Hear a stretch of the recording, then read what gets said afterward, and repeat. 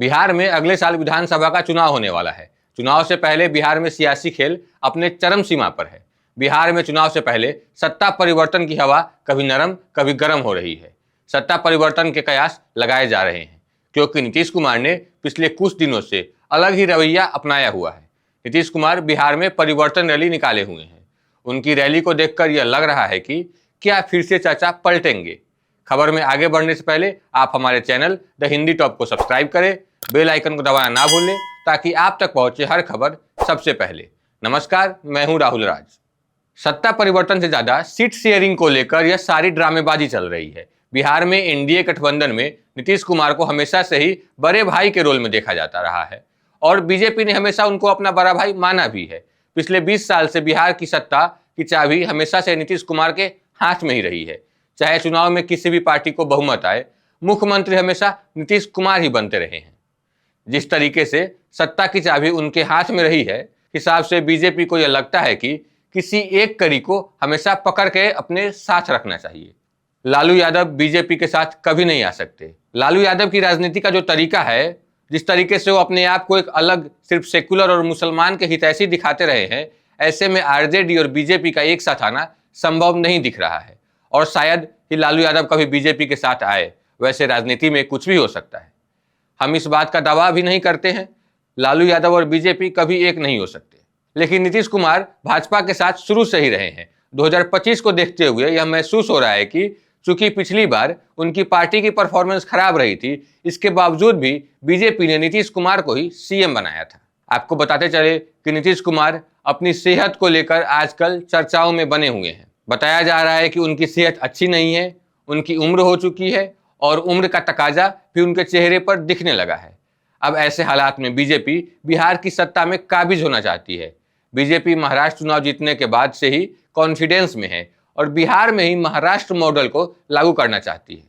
BJP Nitish Kumar को अपना छोटा भाई बनने पर मजबूर कर रही है और नीतीश कुमार कतई इस बात के लिए राजी नहीं है और ना हो सकते हैं। नीतीश कुमार का जो नेचर है, अब तक उनकी राजनीतिक कैरियर को देखकर यह बताया जा सकता है कि वह किसी भी तरीके से बीजेपी के दबाव में नहीं आने वाले हैं। नीतीश कुमार ने हमेशा से एनडीए गठबंधन में अपने आप को बड़ा भाई बनाकर रखा है और आगे भी अपने आप को बड़ा भाई बनाकर ही रखेंगे। ये सब प्रेशर पॉलिटिक्स का हिस्सा है। नीतीश कुमार राजनीति की हवा बिहार में कभी नरम कर रहे हैं, कभी गर्म कर रहे हैं। अब कल की ही बात ले लीजिए, नीतीश कुमार चंपारण में अपनी प्रगति यात्रा कर रहे थे। जिस तरीके से उन्होंने मीडिया से बात नहीं की, इस तरीके से जो पोस्टर्स लगे, उससे साफ जाहिर होता है कि बीजेपी को नीतीश कुमार क्या संदेश देना चाहते हैं। पोस्टर देखकर साफ जाहिर हो रहा था कि नीतीश कुमार अपने सहयोगी दलों से यह कहना चाहते हैं कि तुम्हारा भाई बिहार में मैं ही हूं, मेरे बगैर तुम सत्ता में नहीं आ सकते हो, कभी भी तुम्हें सत्ता से बेदखल कर सकता हूं। राजनीतिक गलियारों में चर्चा तेज है कि क्या नीतीश कुमार फिर से पलटी मारेंगे, क्योंकि पिछली बार जब नीतीश कुमार पलटी मारे थे, उससे 15-20 दिन पहले से ही आरजेडी ने नीतीश कुमार पर हमला करना शुरू कर दिया था। उसके बाद एकाएक बिना किसी को कानो कान खबर हुए नीतीश कुमार ने पलटी मार दी थी। ये कहना मुश्किल है कि बिहार में सत्ता पलटेगी, लेकिन यह हम कह सकते हैं कि प्रेशर पॉलिटिक्स का फायदा नीतीश कुमार को 2025 की सीट शेयरिंग में हो सकता है। इसकी वजह यह भी है कि पिछले विधानसभा चुनाव में चिराग पासवान ने जो किया था, उसको इस बार रोका जा सके। चिराग पासवान के कारण नीतीश कुमार को बड़ा नुकसान उठाना पड़ा था। चिराग पासवान ने सिर्फ एक सीट पर जीत दर्ज की थी, लेकिन कई सीटों पर नीतीश कुमार को बड़ा नुकसान किया था। चिराग पासवान के कारण ही नीतीश कुमार की पार्टी तीसरे स्थान पर पहुंच गई। यह जग जाहिर है कि यह सब कुछ भाजपा के इशारे पर ही हुआ था। चिराग पासवान की पार्टी ने मैक्सिमम बीजेपी के कैंडिडेट को ही टिकट दिया था। चिराग पासवान की पार्टी ने तमाम सीटों पर नीतीश कुमार की पार्टी को हराने का काम किया और जेडीयू को 43 सीटों पर ही सिमट दिया। नीतीश कुमार को इस बात का पूरा इल्म है कि वह सीट शेयरिंग को लेकर कोई खतरा नहीं मोल ले रहे हैं।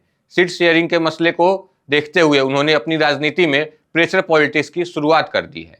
बिहार की राजनीति को समझने वाले पंडितों का कहना है कि यूं ही चिराग पासवान ने अपने आप को बिहार की तरफ ले जाने की बात नहीं कही है। आपको बता दें कि चिराग पासवान ने हाल ही में विधानसभा चुनाव लड़ने का इशारा किया था।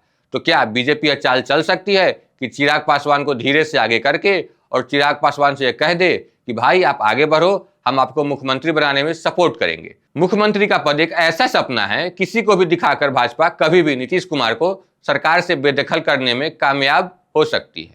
बीजेपी ने कई राज्यों में ऐसा किया भी है, जहां अपने साथी सहयोगी दलों के साथ भाजपा का रवैया देखने को मिला है।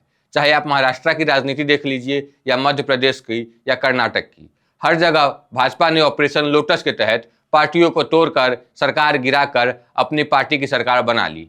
यह डर नीतीश कुमार को भी सता रही है, क्योंकि नीतीश कुमार कहीं ना कहीं सेहत से कमजोर हो चुके हैं। उनकी उम्र हो चुकी है, कई बार कई चीजें उनकी सोशल मीडिया पर दिख जाती है। तो इस तरीके से यह मानना जा रहा है कि नीतीश कुमार इन तमाम बातों को ध्यान में रखते हुए अपना काम कर रहे हैं और प्रगति सिर्फ बिहार की ही नहीं, अपने पार्टी की प्रगति और अपने सत्ता की प्रगति पर भी उनका ध्यान केंद्रित है। फिलहाल के लिए इस खबर में इतना ही। खबर पसंद आई हो तो शेयर करें, सब्सक्राइब करें द हिंदी टॉप को। साथ ही हमें एक्स यानी ट्विटर, फेसबुक और इंस्टाग्राम पर भी फॉलो करें।